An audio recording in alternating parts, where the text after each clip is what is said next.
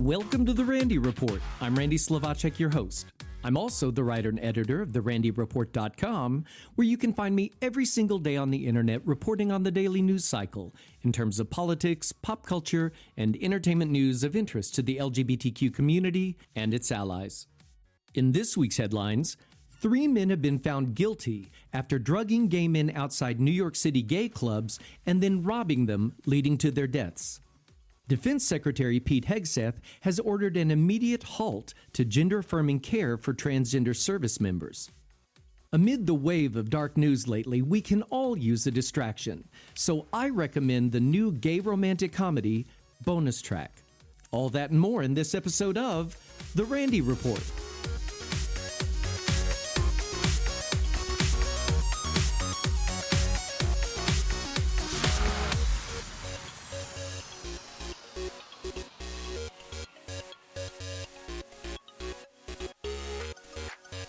Three men accused of drugging and robbing men at Manhattan gay bars have been found guilty on murder, robbery, and conspiracy charges. Jaquan Hamilton, Robert DeMaio, and Jacob Barroso were found guilty on all charges following a 3-week trial in downtown Manhattan. Prosecutors say the 3 men worked together to drug and rob 5 men between March 2021 and June 2022. 2 men, 25-year-old Julio Ramirez and 33-year-old John Umberger, died as part of the long-running robbery scheme. The trio had been accused of preying on people out enjoying Manhattan's nightlife. The defendants targeted 5 different men, giving the victims drugs, including fentanyl and cocaine, after lurking outside of bars and clubs. Once the victims were disoriented, the defendants stole their phones and then drained their bank accounts. Ramirez was left to die in the back of a taxicab, while Umberger was found dead in an apartment. Hamilton, DeMaio, and Barroso now face prison sentences of 25 years to life. 2 other defendants in the case, Shane Hoskins and Andre Butts, had already pleaded guilty in exchange for prison sentences of 8 years. Police believe that there are most likely other victims who never came forward out of embarrassment or fear of being outed.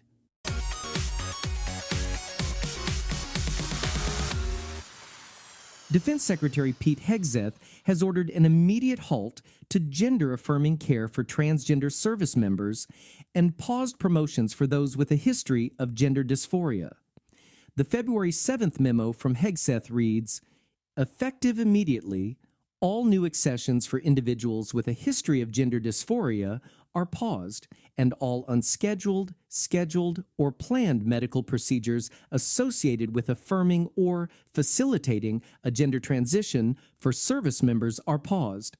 In a footnote, he detailed that the immediate medical care restriction would not only include surgery, but also newly initiated hormone therapy, although it wasn't immediately clear what would constitute newly initiated.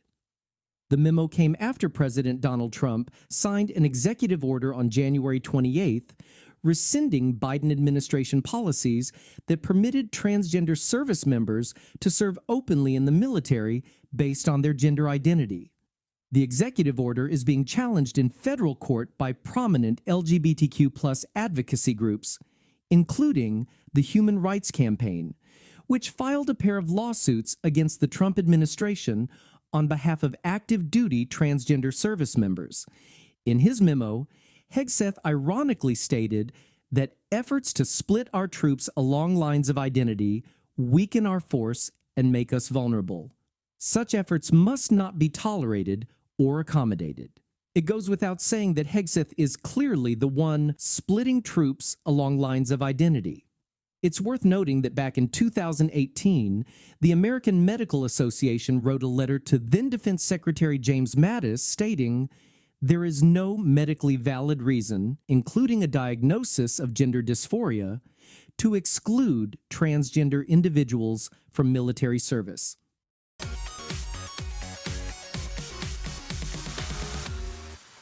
The percentage of Americans who say they are satisfied with the country's attitudes toward LGBTQ people has dropped to its lowest level in more than a decade, according to Gallup's annual Mood of the Nation survey. The annual survey asks respondents to indicate how they feel about the state of the nation on a number of issues such as crime, abortion, and race relations. The 2025 survey, which collected responses in all 50 states and the District of Columbia, asked respondents to express their levels of satisfaction or dissatisfaction over acceptance of gay and lesbian people in the U.S. According to the survey, 51% of Americans say they're satisfied with national attitudes toward gay and lesbian people, a drop of several percentage points over the past couple of years and 11 points lower than 2022's high of 62%. It's worth noting the results reflected differences along partisan lines. 55% of those who identify as Republican said they were satisfied with levels of acceptance of gay and lesbian people, compared with just 43% of those identifying as Democrat. This year's figure is the lowest since 2013, when just 49% of Americans indicated they were satisfied with LGBTQ acceptance.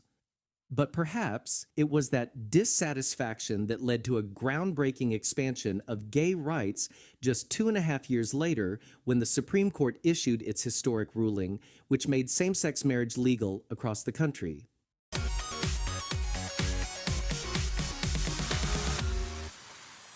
New York Attorney General Letitia James is warning hospitals in her state that complying with Donald Trump's executive order that seeks to stop gender-affirming care to trans youth would violate state anti-discrimination laws. Last week, the White House issued an executive order that threatened to withhold federal funding from hospitals that provide gender-affirming treatments, including puberty blockers and hormone treatments, to transgender youth under the age of 19. Within days, NYU Langone, a leading New York City hospital, began canceling appointments for some children, according to 2 families who spoke to the New York Times.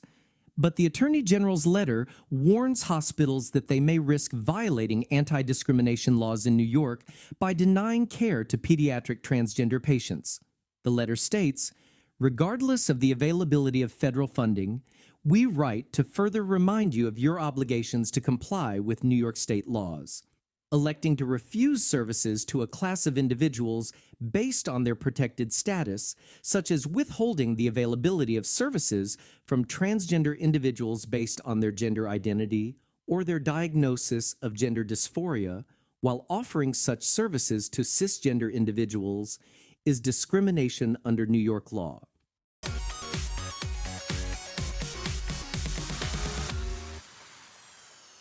What to watch? With the wave of dark news over the past few weeks, we can all use a light-hearted distraction. So I recommend watching the new gay coming-of-age romantic comedy, Bonus Track, which hits all the right notes and will make your heart sing at a time we could all use it.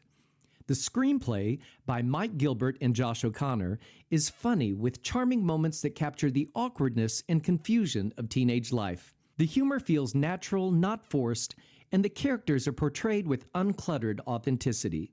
The film follows George, played by Joe Anders, who struggles in school, feeling misunderstood and overlooked. His passion for music serves as an escape, and while he's sure of his talent, the film portrays the frustration of not being seen or valued for what he knows he can offer. Joe Anders' performance captures that vulnerability beautifully, giving George an emotional depth. School is disrupted when Max, played by Samuel Small, arrives for class.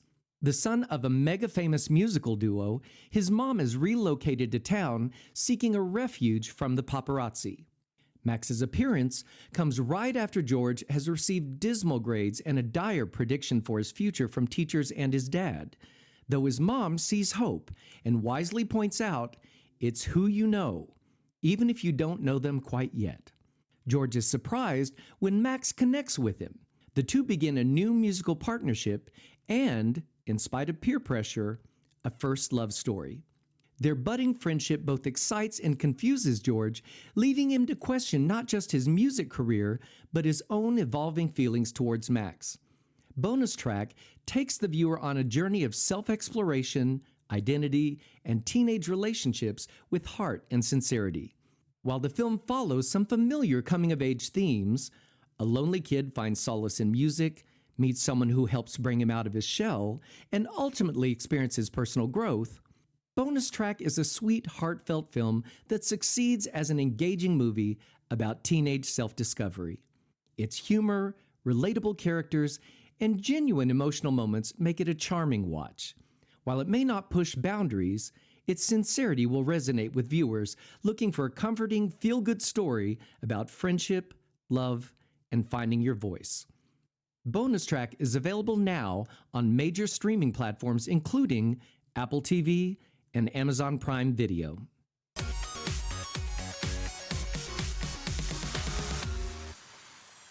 And that brings me to the end of this episode of The Randy Report. If you enjoy catching up on LGBTQ news in a quick podcast, I'd appreciate it if you'd share it with your friends. I like to think of The Randy Report as the 60 minutes of gay news, only shorter.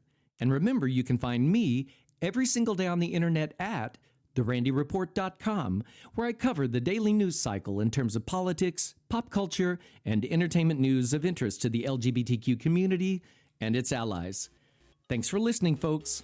Take care of yourselves, and I'll see you next time.